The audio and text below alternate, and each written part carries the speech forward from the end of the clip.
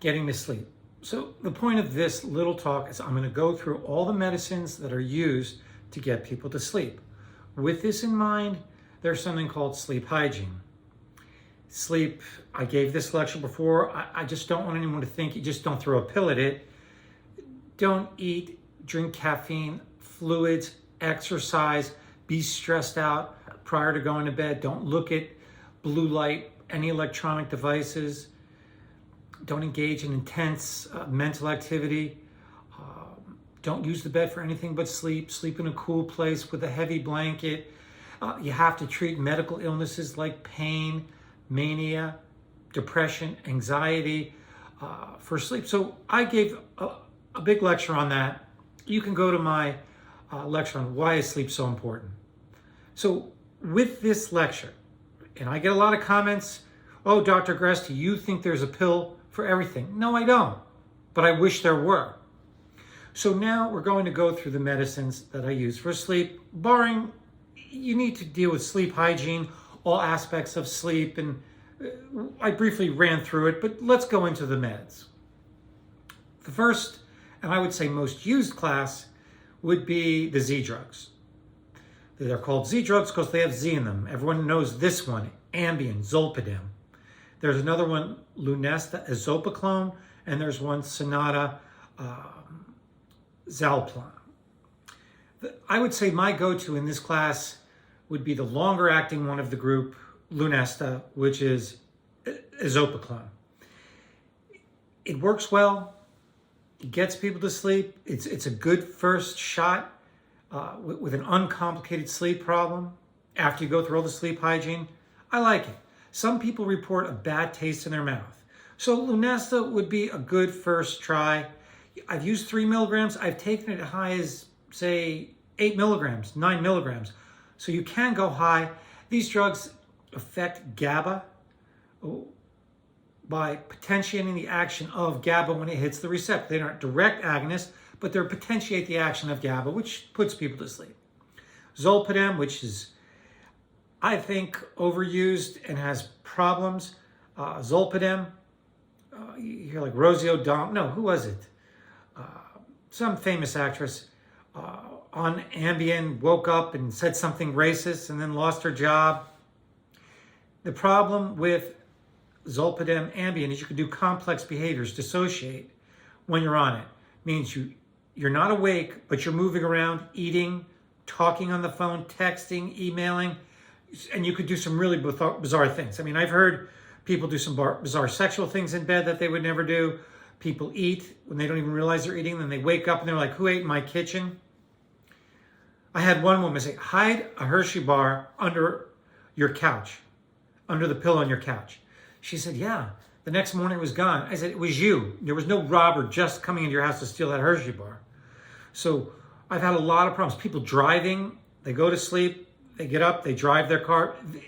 It's not my favorite drug. It actually works very well. But it has this dissociating or complex behaviors when you're not fully conscious. So that's a problem with that. The other one is zolpidem, zalplan, sonata, which is so short acting, it only keeps you asleep for 3-4 hours. That's it, because it doesn't even last maybe 45 minutes. So the long acting one is azopiclone, Lunesta. The medium acting one is Ambien. The very short acting one, which could be like if you wake up in the middle of the night, you could take it because it lasts for such a short period of time, is sonata. Okay, the next group is benzodiazepines. Everyone is very familiar with this group. Ativan, Klonopin, Valium, but the ones used for sleep are the short-acting members of this: restoril, temazepam, florazepam, which is Doral, prosom is estizolam, triazolam is halcion. They're very short-acting. Problem with them is you develop tolerance, so over time they don't work as well. They're good for short-term, but if you try and use them long-term, well, you'll take it and won't do anything. Probably, I think, about the second month, you'll be like, wow, it's not really working. So those are the problem with those drugs. They happen to be habit-forming. They can cause withdrawal. They interact with alcohol. Synergistic effects could suppress respiratory function. You can't breathe. So there's a problem with those, but they're useful. Then there are the erection drugs. The first one on the market was belsomra, suvorexant. These drugs work differently by blocking orexin 1. That's what this drug did. It didn't actually put you to sleep, but it suppressed orexin, which keeps you awake. So they're okay. They don't work alone. I usually have to use them with something else, but they're not bad. The newer one, dayvigo, lemborexant, it works better. It hits orexin 1 and 2, so it puts you to sleep. But if you're used to taking the Z drugs or benzodiazepines, this drug's going to do nothing for you. But it has a place in my psychopharmacological armamentarium in terms of stacking when I mix drugs, and that's what I always wind up doing. No one sees a psychiatrist when it's easy. Everyone comes to me when, okay, nothing's working. There's the melatonin drugs like melatonin itself. Melatonin is produced by the pineal gland, which is the back of your brain, somewhere around there, and it sets the clock off in your brain for you when it's released. It tells you to sleep. So melatonin can help you sleep. I don't like using more than 5 milligrams because of daytime hangovers, so I limit myself to 5. But there's a drug called rozerem, which affects the melatonin and puts you to sleep. It's a melatonin agonist. Okay, it works pretty well. Then there's the antihistamines, Benadryl, diphenhydramine. The histamine part is great. That part puts you to sleep. But Benadryl also has anticholinergic effects: dry mouth, blurred vision, constipation, mental fogginess, dry eyes, inability to urinate, confusion, daytime hangover. Doxylamine is unisom, which works a little bit less anticholinergic, but doesn't really put you to sleep that well. It's an antihistamine. Those are over the counter. There's a prescription member in this class called hydroxyzine, which is vistaril. It doesn't really work that well. It doesn't really put you to sleep that well, but I stack and mix it with other drugs. Then there's the antipsychotics. The key member of this group would be quetiapine, seroquel, puts you to sleep. Using that class of drugs, which affect dopamine, have metabolic issues, insulin resistance, elevation in cholesterol, triglycerides. They may be associated with tics, permanent tics, tardive dyskinesia. They're very powerful drugs. They are very effective in treating insomnia. So they have a place. They're not my first line. They're more like my 7th line. The antidepressant class, doxepin, used in low dose, 15 milligrams, 25 milligrams, can make you sleep. Trazodone, which is one of my go-to drugs, first line. Desiril is a trade name, 25, 50 milligrams. It's great. In men, it can cause prolonged erection, priapism, which can be a problem. I've seen it. It's manageable, but the erection won't go away. It has nothing to do with sexual arousal. It's just affecting the parasympathetic and sympathetic nervous system, and they're out of whack. And so this can be dangerous because it cuts off the blood supply to the penis, and you could have tissue damage. Okay, blood pressure pills. Yes, I use them for sleep. Clonidine. It basically blocks the sympathetic nervous system, the flight or flight system. It hits the alpha-2 receptor, and which is an inhibitory receptor, which blah, blah, blah, blah. It makes you tired. It can work. There are other ones, beta blockers that slow the heart rate down, atenolol, metoprolol, propranolol. Anything that ends in olol blocks the beta system and can slow you down. There's another alpha-2 sympathetic blocker, guanfacine, which is longer acting than the clonidine. They work okay. They're not first line.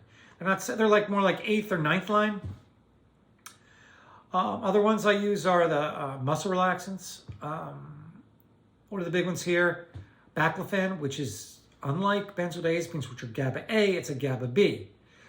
Under this particular receptor system, GABA B, you can have gamma hydroxybutyrate, GHB, scoop, whatever, that puts you to sleep. I would never use it, but on the street it's used. Gyms use it. Affects growth hormone, so weightlifters use it. Makes them pump up, gets them to sleep. The muscle relaxant class. What else hits that GABA B? Phenibut, nootropics.com. That I did a lecture on that. That can make you sleep. But the baclofen, 10, 20 milligrams, can relax your muscles, relax you, make you sleep. There's one called flexeril, cyclobenzaprine. Yeah, it'll knock you out. It's similar, I would say, to the antidepressant class, like amitriptyline, Elavil, or nortriptyline, which can make you sleep. They're antidepressants. They're not used anymore because they have so many side effects. What are the muscle relaxants? Tizanidine, Zanaflex. I use that, relaxes the muscles, gets you to sleep. How it actually works, not so clear to me. What's another one? Metoprolol, which is skelaxin, another one to put you to sleep. Any other muscle relaxants? Benzodiazepines maybe help you relax your muscles, but I already talked about them. That covers muscle relaxants. What's the next one? Oh, the gabapentin drugs like neurontin can help you sleep in high dose, 800, 1200 milligrams at bedtime. They seem to calm the nervous system. Pregabalin, Lycia is another one that affects GABA indirectly, can help you sleep. They have potential for addiction, habituation, tolerance, so they're not really used. The next class I would talk about would be drugs of abuse can help you sleep, like alcohol. Don't use it. It actually interferes with the healthy sleep cycle. Opiates, what are they?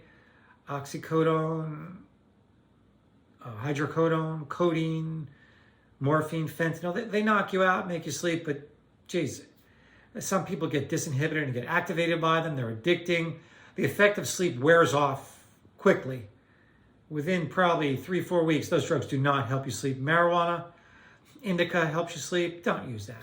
Memory problems, apathy syndrome. It's a hard no on all these drugs. Alcohol, opiates, THC, and there's a mu opiate receptor, antidepressant using yours, tianeptine, gas station heroin. I gave a lecture on that. These are all hard no's. I gave that lecture and people are texting, they're messaging me, what's the dose, how do I use it? Don't use that drug. So no mu opiate receptor agonists like opiates, tianeptine, no alcohol, no marijuana. Come on. I get more requests for those three. They go, why can't I just drink? It helps me sleep. Get out of here. It screws up your sleep cycle.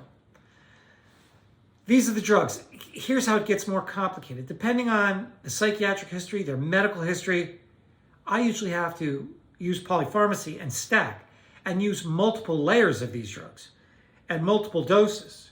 So I wind up using 2, 3, sometimes 4 to get people to sleep. I get people to sleep eventually, but everything has its price. Sleep hygiene first, then we go to the medications. The least side effect ones first, and we take it from there.